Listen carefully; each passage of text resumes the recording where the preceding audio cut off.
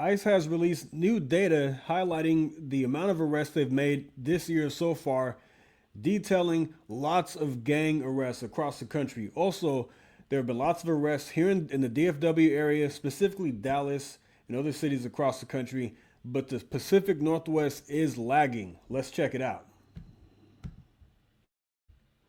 The end of 2025, President Trump's illegal immigration crackdown remains robust, while Border Patrol has ceased operations in Charlotte. Agents are expected in New Orleans early next month, and new data exclusively obtained by NewsNation shows continued high arrest numbers by ICE agents all across the country. NewsNation's Allie Bradley joins us live to break it all down. Allie, good afternoon. Yeah, hey, good afternoon, Nick. So new DHS data exclusively obtained through our sources shows just how deep gang activity is running within the United States. So we've learned that ICE has made nearly 300,000 arrests across the United States since the beginning of the year. And 1 out of every 45 of those arrests involved a known gang member. So now these are just ICE arrests. It doesn't include arrests by CBP.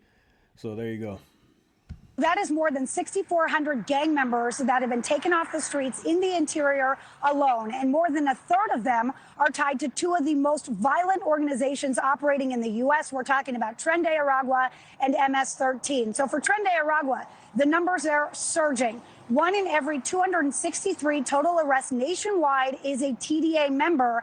They make up 17% of all gang arrests, roughly 1 out of every 6. And DHS has been spotlighting those TDA busts, including the one that we were first to break out of San Antonio last week, where 51 TDA members were nabbed in this multi-agency effort. MS-13, meantime, remains one of the most entrenched transnational threats. Yeah, I don't know if you remember the story I reported on, or if you saw it, where San Antonio, there was a makeshift club, and 140 plus illegal aliens were arrested, and 51 of those had ties to TDA.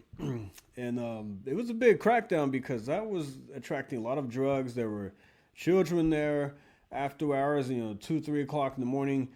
It was just a mess. Recent arrests of their gang members include alleged leaders and high-ranking operatives. Now, both of these organizations, Nick, have been designated as terrorist organizations under the Trump administration, obviously, who they would consider the worst of the worst there. Allie, you broke down those gang arrests, but what other types of criminals are they prioritizing? Yeah, they are still going after who they consider to be the worst of the worst. That might not necessarily be gang members, but still have pretty egregious criminal convictions. So what we can tell you here is we exclusively obtained arrest data information on a Mexican national, 32 years old. He actually entered the country illegally at least 13 times. He was actually busted by the DEA in Denver when they arrested him. They discovered 75 pounds of methamphetamine stashed in car tires. He's now facing prosecution and removal. Now, it's also really important here, 13 times. Man. Nick, to explain that a lot of the individuals that are arrested by ICE or Border Patrol in the interior of the country, they might not have criminal records here in the United States, but they might in their home country. But here's the issue that we run into.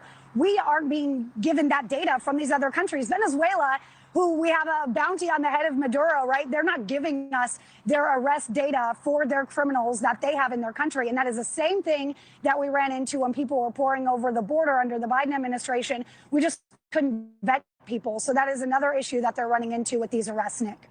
Thank you for watching. Subscribe below and download our NewsNation app right now on. All right, so there's that. Lots of gang members being arrested across the country. 1 out of every 263 are members of TDA.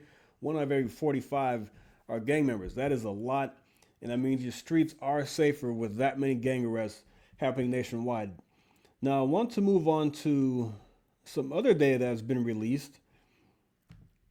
That the Pacific Northwest is lagging in ICE arrests, while other cities have a much, cities like Seattle and Portland are lagging, but you have cities like Dallas, Miami, Chicago with double-digit, 10,000 plus arrests so far in 2025.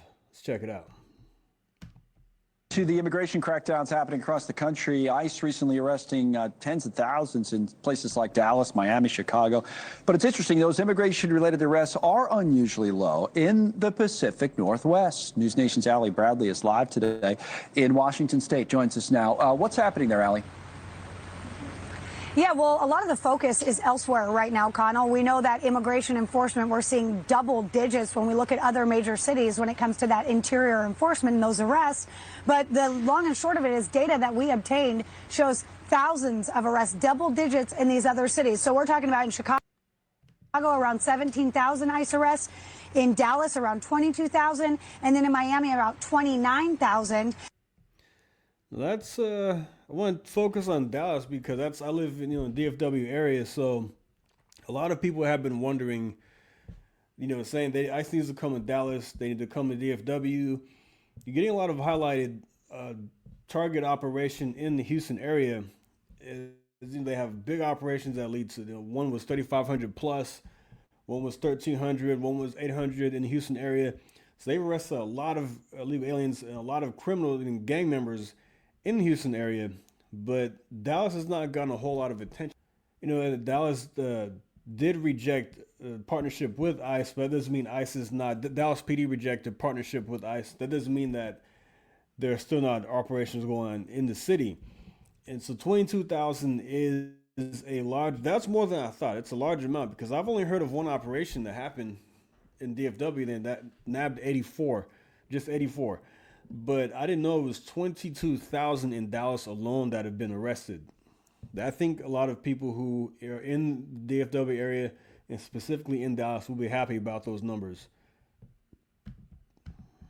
And this is arguably a hub for immigration, Miami. We know that's a big hub there. But aside from Chicago and LA, we haven't seen a lot of unrest or a lot of protests break out in these areas with these double digits arrests. But in the Pacific Northwest, which includes Seattle and Portland, we have seen people out condemning immigration enforcement. And that is where ICE has only made about 4,000 immigration-related arrests. Now, one of those recent arrests included a known Sereno gang member. That was up here in the Linden area, which is where we're standing, essentially the northern border, just a stone's throw from Canada. And it was not the first time that they tried to catch this man either. He actually fled in the past. He even rammed an ICE officer's vehicle last month. Now he's in ICE custody facing assault on a federal officer charges. So it's not because of a lack of people living here illegally leading to lower arrest numbers than what we're seeing in other cities. When we look at data from sources, it shows that more than 126,000 people are on ICE's radar here in this region. More than 11,000 are convicted criminals, and more than 27,000 have a final order of removal. Now, that means a judge said, hey, you don't qualify for asylum, you've got to go, but they're still here. So we're talking about 27,000 of those individuals. Now, Connell, this all comes, as we know, the borders are Tom Homan. He has talked about Portland and Seattle many times. He's even visited Portland. We know that they're not surging resources to this area just yet. We do know that some Border Patrol are in Portland as well, but nothing to really show any kind of surge in numbers, Connell. So really interesting to see only 4,000 arrests in this region compared to other big cities. Connell? Well, speaking of numbers, what about the number of people who are giving kind of a notice to appear? I know you've talked about this in the past at other places, versus the people who actually do end up showing up for those appearances. What are we seeing there? Yeah, so we're talking about 70% of people aren't showing up right now for their court hearings because they're scared of ICE. We've seen ICE showing up at court, right? So they're not showing up for their court hearings. And despite a lot of money being thrown at immigration, a lot of it is not going to the courts and the legal processes, but rather to detention and enforcement.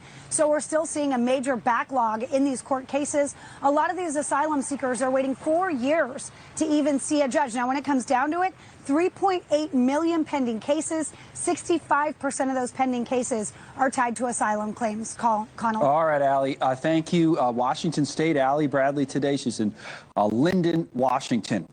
Thank you for. Wow. That's something right there. All right, so Pacific Northwest lagging in arrests, only 4,000 in that area compared to other places. Very small number. In LA, just a couple months ago, reached 5,000 arrests. In Los Angeles, we know there are far more than that in the area. But here's an interesting piece of information. regarding Washington State. A recent Pew Research study showed that about 5% of Washington State's population is made up of immigrants who Department of Homeland Security officials say entered the country illegally. Since 2015, the number of migrants living illegally in the U.S. who call Washington home has jumped from 250,000 since 2015 to 375,000. It's 125,000 jump in the population of people living in that state illegally. And I wonder how much of that was from 2021 to 2024, early 2025. It'll be interesting to see how this all plays out and when and if they will surge resources to that area. I know they want to prioritize other places where you see a lot of gang activity. Chicago, Dallas, Houston, Miami is a big hub, like she's mentioned. Los Angeles, New York. I know that I heard that they're targeting New York. They're going to be targeting New York pretty soon.